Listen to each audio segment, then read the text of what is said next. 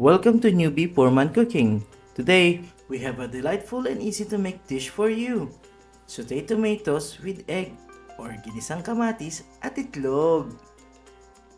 This dish highlights the wonderful combination of ripe tomatoes and creamy scrambled eggs, making it simple yet flavorful, budget-friendly and nutritious meal that loved by many. One of the reasons for its popularity is its simplicity and quick preparation, which can be whipped up in a matter of minutes, making it a convenient choice for busy individuals. And I'm excited to show you how to make it. Let's get started! Here are the ingredients. Cooking oil, 4 cloves of garlic, minced, 1 onion, finely chopped, 3 to 5 tomatoes depending on your love for tomatoes, cut them into small pieces, 2 to 3 beaten eggs, salt to taste. Heat a small amount of cooking oil in a pan over medium heat. Saute the minced garlic. Stir until it becomes slightly golden. And chop onions until they become fragrant and translucent.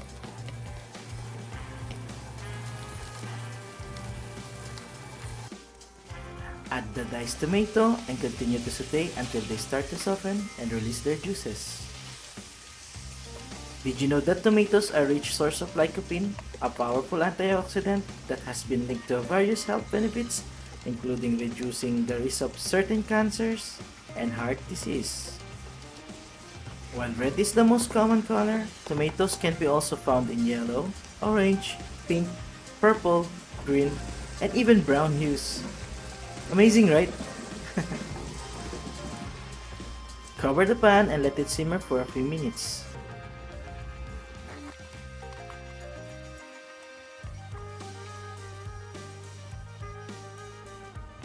Check if the tomatoes are cooked or if you are satisfied with their texture.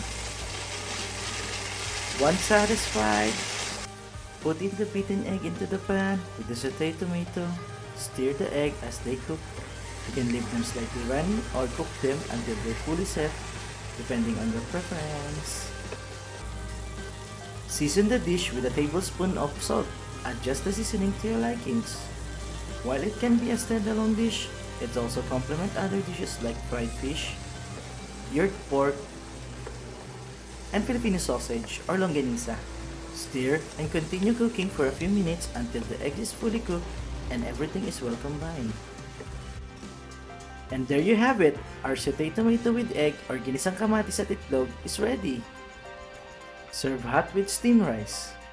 This simple yet flavorful dish is perfect for breakfast, brunch, or even a quick dinner option. It's budget-friendly, nutritious, and sure to satisfy your taste buds. Thanks for joining us today. If you enjoyed this recipe or video, remember to like, subscribe, and hit that notification bell for more videos. Thanks for watching and see you next time on Newbie Poorman Cooking.